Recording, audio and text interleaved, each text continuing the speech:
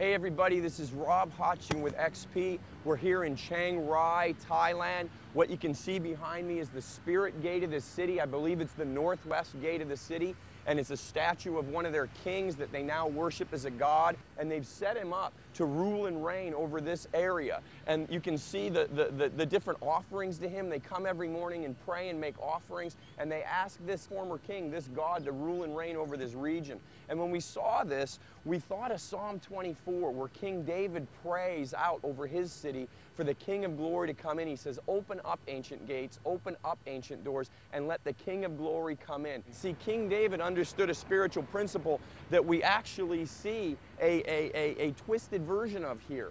These people are asking this king to rule and reign over their city, but King David knew the true king. He knew the King of Glory, and he prayed, open up ancient doors, open up ancient gates, and let the King of Glory come in. Because King David knew something that we as modern day Christians have to know, who the King of Glory is. He's the Lord Almighty. He's the Lord invincible in battle. There's no situations in our cities, there's no situations in our lives, there's no situations in our regions that He's not greater than. No matter what kind of darkness covers the earth or what kind of gross darkness covers the people, like it talks about in Isaiah 60, we can invite the King of Glory into our cities and into our regions and see His will be done on earth as it is in heaven. We just have to pray it out. So I want to invite you to pray. I want to invite you to speak to the spirit of your city, just like Jesus spoke to the spirit of the city of Jerusalem. When Jesus prayed, Jerusalem, Jerusalem, how I long to gather you to my breast as a mother hen gathers her chicks. He was actually speaking to the spirit of that city.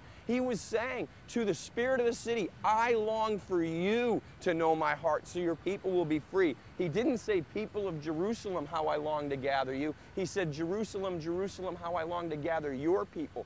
Jesus spoke to the spirit of the city. We're to do the works that Jesus did.